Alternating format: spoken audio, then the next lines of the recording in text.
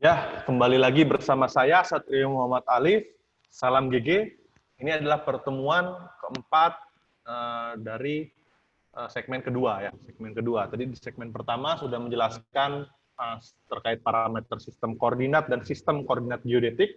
Nah, sekarang kita fokus langsung ke inti dari pertemuan keempat ini adalah sistem koordinat kartesian geosentrik ya. Atau biar terlalu panjang sering disebut dengan sistem koordinat geosentrik. Jadi besaran yang digunakan adalah metrik ya, atau meter. Lalu untuk sumbunya ada 3. Kenapa 3? Karena dunia nyata itu 3 dimensi. Ya. Sumbunya 3, karena 3 dimensi, yaitu ada sumbu X, sumbu Y, dan sumbu Z. Sumbu X ini mengarah ke, ini untuk yang CTS ya. CTS nanti akan dibahas di sistem referensi lebih jelas. Untuk sumbu X mengarah ke meridian 0, Z ke kutub utara, Y tegak lurus dengan X dan Z. Gitu ya. Sebagai contoh ini ada titik P di atasnya elipsoid ya, di luar elipsoid. Berarti ini coba direview singkat, berarti tinggi dari elipsoid positif atau negatif? Positif ya, karena di luar elipsoid titiknya. Kalau di dalam tingginya negatif. Oke, kita kembali ke koordinat geosentrik. Titik P ini akan memiliki nilai X, nilai Y, dan nilai Z. Ya. Ini perhatikan Z-nya itu bukan ke atas. X-nya bukan ke timur, Y-nya bukan ke utara, gitu ya. Tapi Z-nya ke kutub utara, X-nya ke meridian 0, Y-nya tegak lurus, X dan Z. Titik 0-nya di mana? Di pusat bumi. Jadi kalau misalnya kita bicara sistem koordinat geosentrik, nilainya itu mendekati 0, berarti orang itu mengukur di dekat pusat bumi. Misalnya, berapa koordinat geosentriknya? 100, 300, minus 200. Nah, itu nggak logis ya, berarti itu pengukuran di pusat bumi, karena nilainya mendekati 0. Ya. Kurang lebih karena di permukaan bumi, jari-jari bumi sekitar berapa? 6 jutaan gitu ya. Bukan miliar, sampai jutaan saja. Titik-titik itu koordinat geosentriknya itu berkisar antara ratusan ribu sampai jutaan. Jadi kalau kalian melihat ada koordinat yang ratusan ribu sampai jutaan, itu bisa dicurigai itu adalah koordinat kartesian geosentrik. Oke, sifatnya di sini ada X, Y, dan Z. Titik 0 di pusat massa bumi, tadi Z mengarah ke kutub utara, X mengarah ke meridian yang melewati Greenwich, dan Y tegak lurus X dan Z. Nah, ini jangan tertukar antara X dan Y geosentrik dengan toposentrik atau proyeksi. Biasanya kalau misal dari software perangkat lunak muncul X dan Y, itu bukan X dan Y-nya sistem koordinat geosentrik. Kalau yang toposentrik atau proyeksi itu, ya mungkin yang sudah kalian pelajari sebelumnya, X-nya itu ke timur, Y itu ke utara. Itu kan paling dasar ya, Z ke atas gitu ya. X ke timur, Y ke utara. Itu bukan sistem koordinat geosentrik.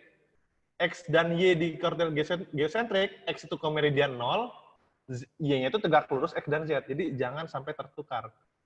Tapi dalam praktis yang paling banyak digunakan koordinat X, Y, dan Z itu yang toposentrik ataupun proyeksi. Di mana X-nya ke timur, Y-nya ke utara. Geosentrik itu nanti lebih ke untuk mendefinisikan koordinat secara global. Jadi titik ini berapa koordinatnya, titik ini berapa, atau untuk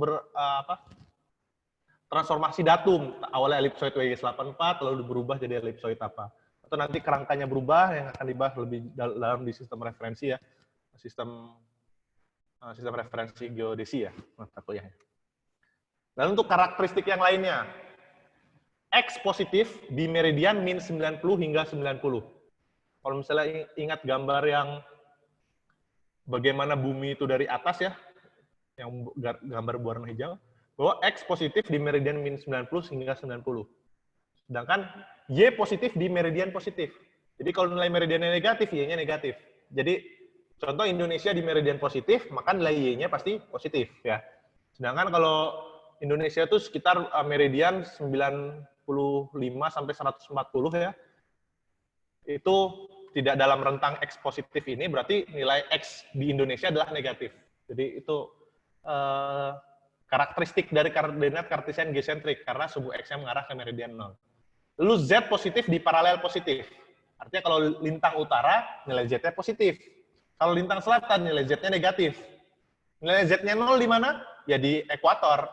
Ketika lintangnya 0, nilai Z-nya 0. Jadi jangan menganggap wah ini Z-nya positif berarti ke atas. Nah, kalau koordinat geosentrik, Z positif itu artinya di lintang utara. Ya. Jangan karena Z-nya negatif dianggap itu ke bawah. Itu bukan koordinat geosentrik, itu toposentrik atau peta yang Z-nya ke atas atau ke bawah ya. Kalau koordinat geosentrik, Z negatif artinya di lintang selatan. Itu jangan sampai tertukar, saya ulangi lagi. Nah, coba dijelaskan ya tadi karakteristik koordinat Cartesian geosentrik di provinsi-provinsi sepanjang Pulau Sumatera. Coba dari Aceh, nilai X-nya itu seperti kisaran berapa gitu ya. Maksudnya positif atau negatif, Y-nya seperti apa, Z-nya seperti apa.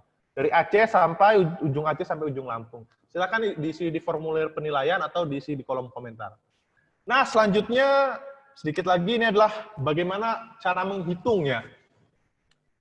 Untuk menghitung nilai X, Y, dan Z jika diketahui lintang, bujur, dan tinggi. Ini contoh titik Q ya. Yang perlu diperhatikan di sini adalah apa saja yang diperlukan. Contoh, nilai X memerlukan lintang, bujur, dan tinggi, dan N. Nilai Y, lintang, bujur, tinggi, dan N. Z, lintang, bujur, tinggi, dan eksentrisitas. Bujurnya enggak ya, sorry. Lintang, tinggi, dan eksentrisitas, dan N. N itu membutuhkan apa? Yaitu N ini terpakai terus memang untuk hal yang lebih umum gitu ya, digunakan mengkonversi dari geodetik ke geosentrik. Ya. N itu membutuhkan apa? Sumbu panjang, eksentrisitas, dan lintang. Ya.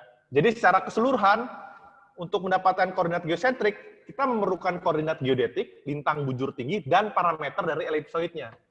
Jadi kalau tidak ada parameter elipsoid, ada lintang bujur tinggi, kita tidak akan bisa dapat nilai koordinat geosentriknya. Oke, silakan dicoba menghitung di yang paling sederhana saja di Institut Teknologi Sumatera.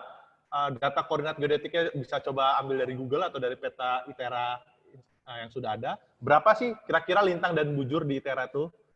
Ya, dan tinggi geodetiknya itu berapa? Ya. Lalu ubah ke koordinat Cartesian geosentrik, X, Y, dan Z. Sesuaikah dengan karakteristik dari Cartesian geosentrik, di mana X-nya harusnya negatif, atau Y-nya harusnya positif, Z-nya harusnya negatif, gitu ya. Seperti itu contohnya, isi di formulir penilaian atau isi di kolom komentar. Untuk sistem koordinat Cartesian geosentrik bagian pertama, selesai, nanti di minggu kelima atau minggu depan, akan dibahas sistem koordinat Cartesian geosentrik yang kedua. Isinya sebenarnya hanya terkait dibalik sekarang. Kalau yang pertemuan, yang segmen ini, geodetik ke geosentrik, yang minggu depan geosentrik ke geodetik, bagaimana langkahnya. Ya, oke, sekian, arigato gozaimasu, sampai jumpa minggu depan.